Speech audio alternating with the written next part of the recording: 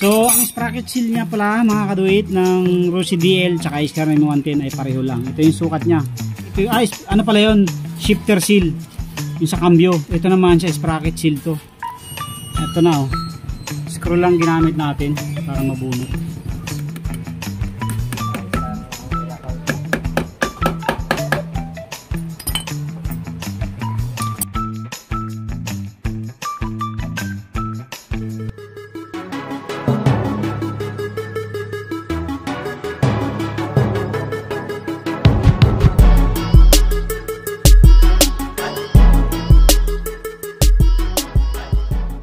What's up mga kaduit, ayan, welcome back dito sa ating YouTube channel. Kamusta po kayo? At meron tayong suki na naman dito, isang legendary Rossi DL125. At ang problema nito ay talagang kainaman na ang tagas. So may tagas siya dito sa sprocket side niya. Titingnan natin kung meron tayong oil seal niyan. Pero ang sure ball ko ay itong oil seal dito sa kanyang kambyada. Kaya kung mapapansin nyo yan, oh. Sana ba? Yan. Tagas-tagas na yan, no? So, ating ano yan, check natin. Tatanggalin natin. Mabilis lang naman tanggalin yan, mga kadoy. Kung mapapansin nyo sa mga previous vlog ko, meron akong tutorial yan sa ating XRM na ginawa natin. So, kailangan niya i-drain muna, tapos pag na-drain, pwede nang tanggalin yun. Gamit ng screw, yung pangkahoy na screw. I-screwan nyo lang yung dalawang gilid, tapos bubunutin. Ganun lang ang technique dyan. Hindi nyo mabubunot ng, hindi nyo i-screwan yan. So, yan, na-drain na natin mga kaduit. Na-drain na, yan na. Tapos, gagawin naman natin dyan ay ating tatanggalin itong kambyada.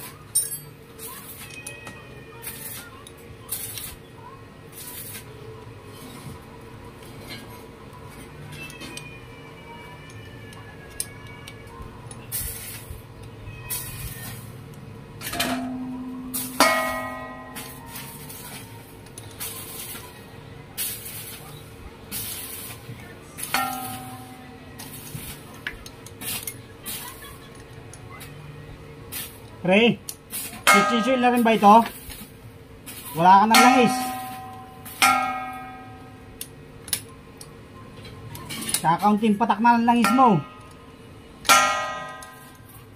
Ayan, kailangan luwagan natin yung putres mga karit para lumusot to. Kailangan natin tanggalin to eh.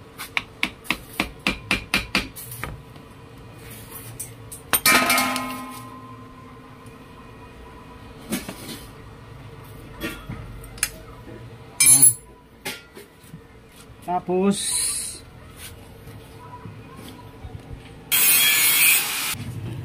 so yan ang mga kapatid, tatanggalan natin. Hindi ko pala na-play yung video natin.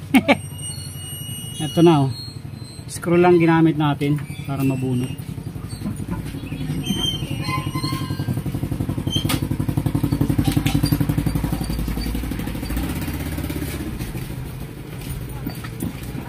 Pamukha lang yung dalawa. Huwag na pumunta doon.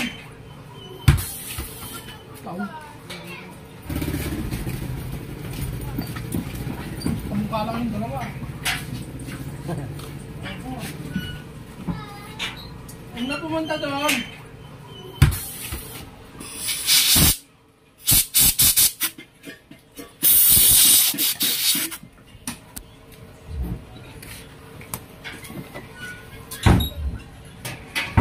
So yan na, malinis na mga krit. Tapos ito, kailangan lagyan natin ng langis para pagpasok smooth siya. Lalangisan natin ng malinis na langis dapat.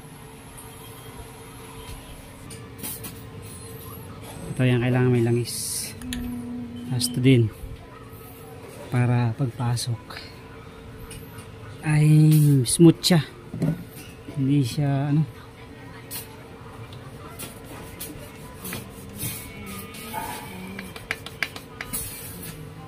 Tapos dapat malinis din yung pinaka post para hindi magasgas. And then saka natin ilagay. Yan.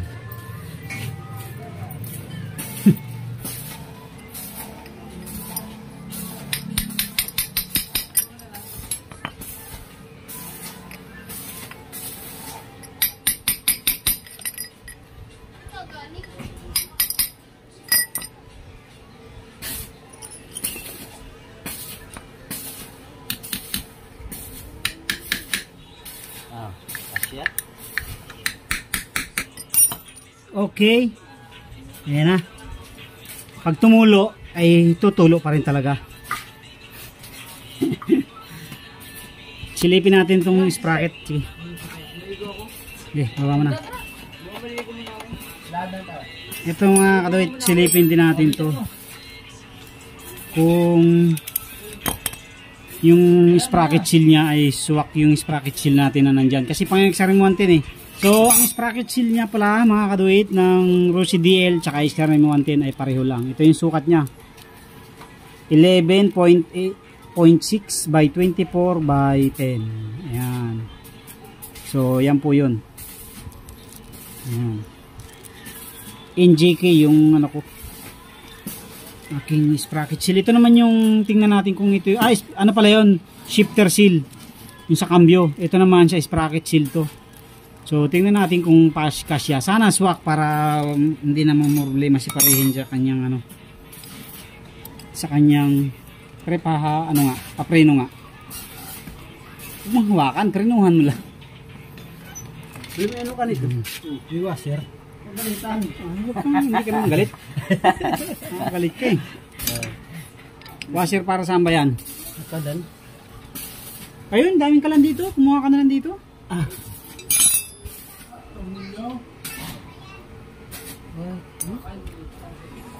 Oy, basta mo maligo. Hapon na naman. Hindi pa tayo tapos sa ating magagawa. Anak ng tipaklong. Anak ng tipaklong. Okay. So, pareho din lang mga kaduit ng XRM. 1729.5. Napakaswerte ni parehin at mayroon pala. So, sa sprocket seal, 1729.5. Sa Rossi DL yan. Rossi DL 125. So, ganun pa rin ang process ng pagtatanggal. Gamit lang kayo ng screw. Tapos, ilubog nyo lang siya dyan. Ito yan, ganito lang yan. Luwag na. Para medyo bumaon agad, paluin nyo ng konti. Pagka ayaw sumunod, pati yung motor, paluin nyo na rin.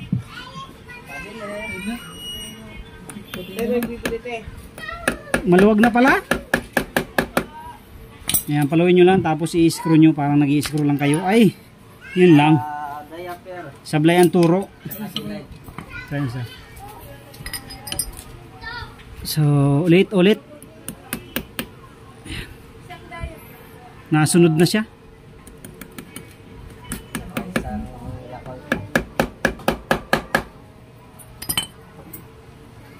Sa tingin ko kaya nang bunutin to eh. Sabi na eh. Kaya pala pre, napaka ano na talaga. Ito. Pre, huwag mong kukuloan yung ating live. Dito ka banda. Ayan o. So, ito na mga kapatid. Natanggal na natin.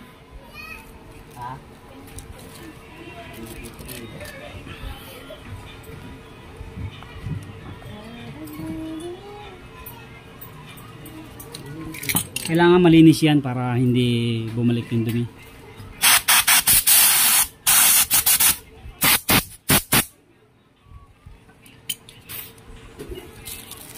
Okay, tapos palitan na natin ito. Itabi ko to mga kaduit para wala na akong stock last piece na to. Madalang kasi ang nagpapapalit ng ganito kaya hindi ako masyado nag-i-stock. So ngayon, bibili tayo. Sunod.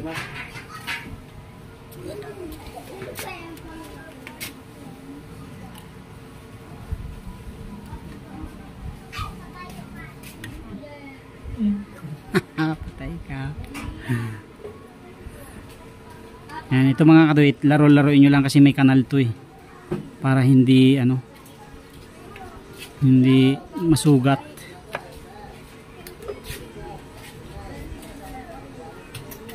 Yan, ito na lang.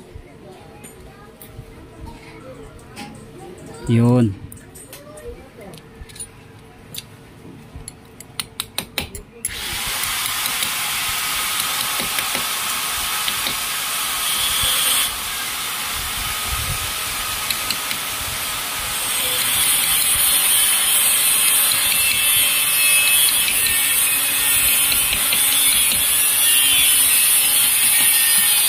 Lubog-lubog na natin para matagal siya ano.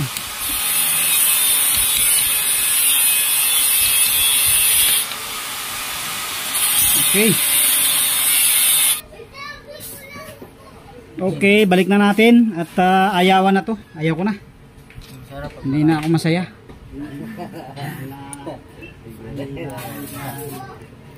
Hinatid pa nga no. Ano katindi yun. Pero pagka tayo nag-aalok no, wala. No pansin. No pansin. Ano son? Lasig pa.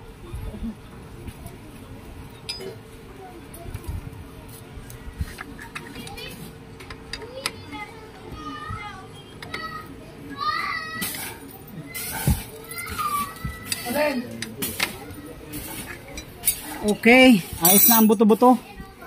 Tapos na tayo. Assembly na lang ng mga dapat na ibalik ang kahapon. Ay! Ang kahapon ba? Ibalik yung mga kahapon, yung ngayon na lang. Ano pre? Pagkahapon kasi medyo ano pa yun eh.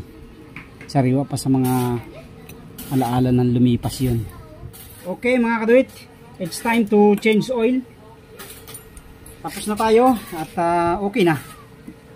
So yun na mga kaduit, tinisting na natin, pinandar na ang makina at titingnan natin kung may tagas pa. Kanina dito ang lakas ng tagas.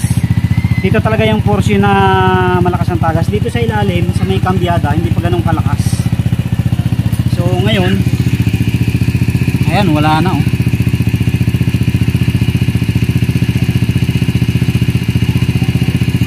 Yan. Ito.